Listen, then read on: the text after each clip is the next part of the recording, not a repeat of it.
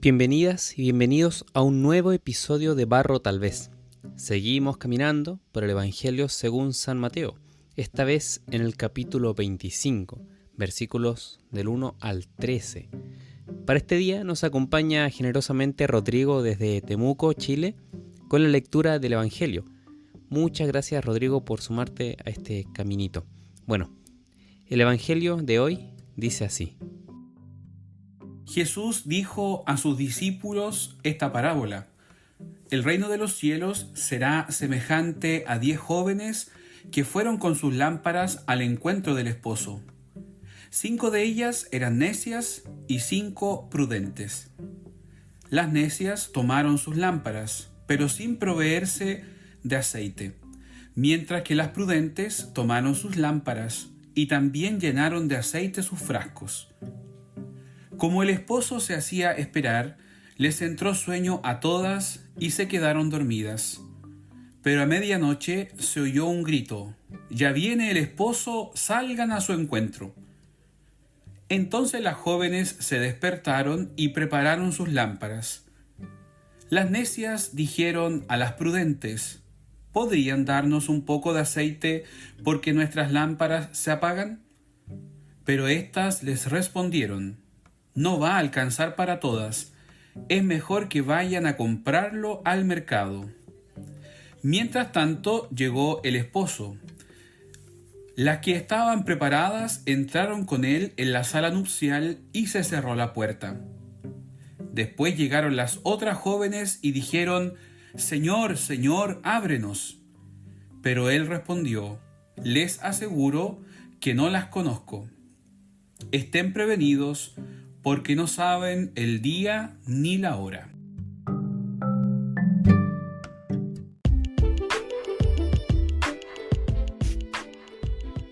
En el episodio anterior estuvimos hablando sobre el conflicto entre Jesús y los líderes espirituales de la época, los fariseos y los escribas.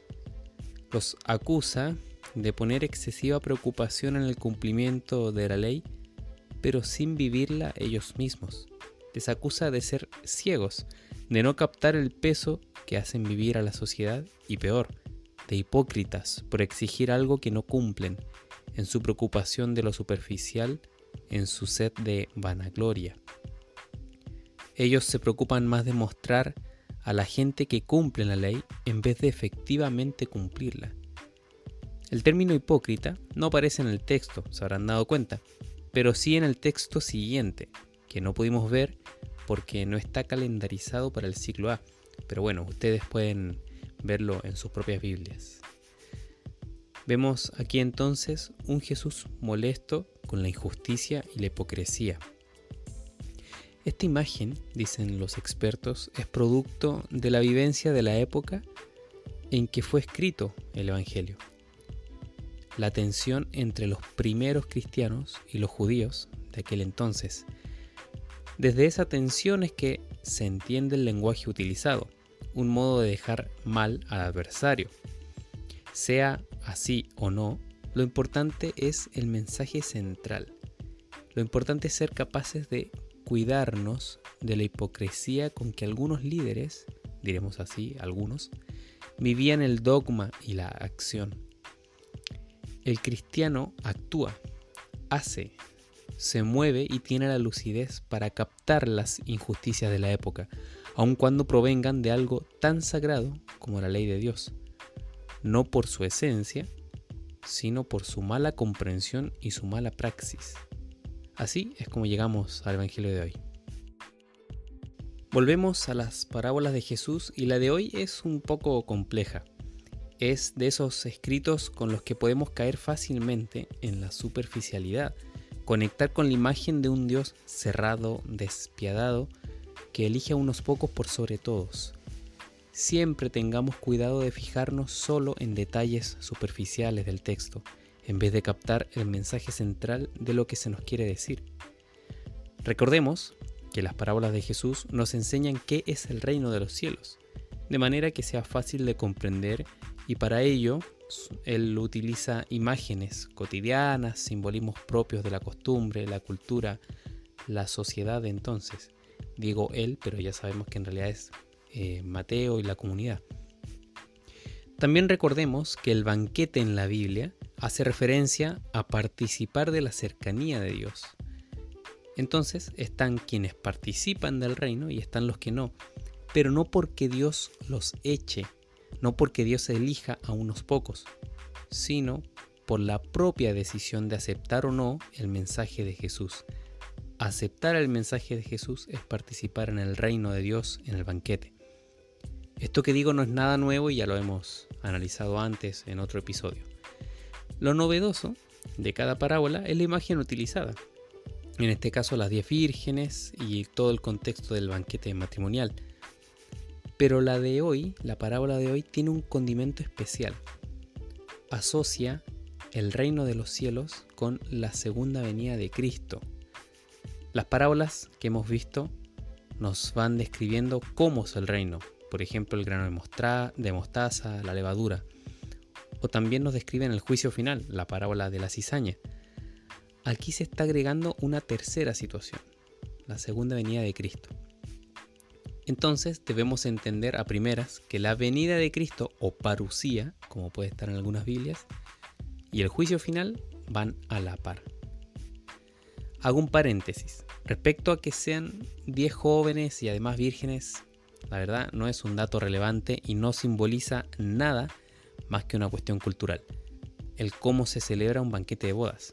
En la época, la novia era acompañada por sus jóvenes amigas en la espera hasta el momento en que el novio llegase a recogerla. Para algunos expertos, el hecho de que las amigas, en este caso las vírgenes de la parábola, fuesen las que reciben al novio, no habla más que de una cuestión casual, tipo la novia no lo podía recibir y salieron ellas, y listo. También se habrán percatado que no se dice nada de esta supuesta novia, y además que solo se nombra vírgenes y un novio, lo cual puede confundir y dar para una situación de intimidad que no tiene nada que ver. ¿Por qué entonces se omite a la novia? Porque lo relevante de la parábola no es el matrimonio en sí, sino la figura del novio, que no es más que imagen de Jesús. De ahí que estemos hablando de la segunda venida de Cristo.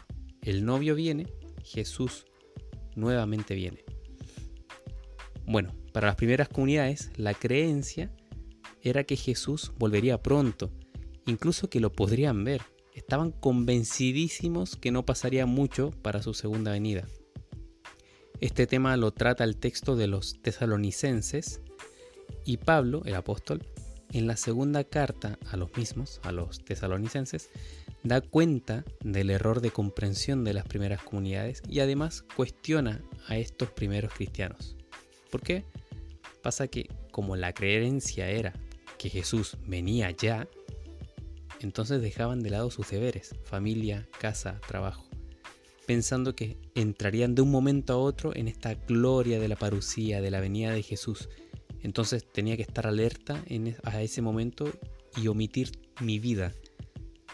Ante ello, como acabo de decir, es que Pablo les dice, ojo, están entendiendo mal la situación y por lo mismo están dejando de lado sus deberes.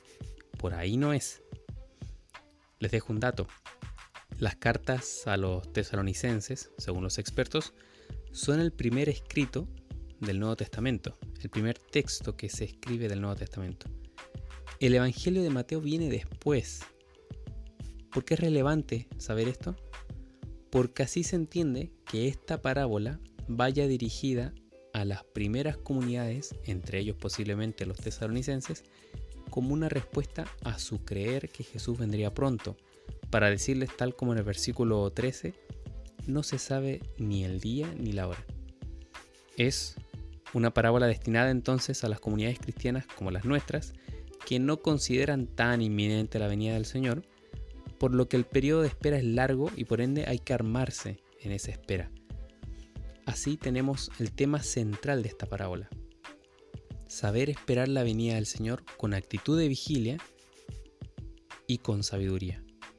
¿Por qué? Y bueno, se trata de una espera larga, como acabo de decir, y podemos caer en una inercia espiritual, de ahí el símbolo de la falta de aceite, o en un sueño traicionero. Se dieron cuenta que las vírgenes dormían mientras venía el novio. este letargo que impida reconocer y acoger al Señor en su venida. Recién les decía que el dato de las 10 jóvenes y que además fuesen vírgenes no era relevante. Bueno, tampoco lo es la actitud de las mujeres prudentes que no convidan aceite y que envían a las necias a comprar. Interpretar esto como egoísmo e ironía no viene al caso. Hay que entender que se trata de una trama literaria de situaciones que se van sucediendo. El hecho de que las hayan enviado a comprar no es por egoísmo ni ironía, como a ustedes les falta, o sea, dense cuenta. Las envían a comprar porque es necesario para la narración, porque de esa forma se explica que llegasen tarde y que no pudiesen entrar al banquete. Es un elemento narrativo, nada más. Se han percatado que muchas veces caemos en interpretaciones éticas y morales del Evangelio en cuestiones que no son tan relevantes y que además terminamos escondiendo el mensaje que se quiere mostrar. Bueno, cuidado con eso. Cuidado también con el tema de la parusía de esta segunda venida de Jesús, porque no está relacionada a una cuestión cronológica inspirada en un cuándo y en un cómo. Hay que entender que las imágenes que recibimos de esta situación, de esta parusía, provienen de dos esquemas, el esquema judío y el esquema griego. Para el primero, el esquema judío, característico de las comunidades palestinas, se inspiraba en la tradición apocalíptica, con imágenes como el sonido de trompetas, ángeles bajando del cielo, etc.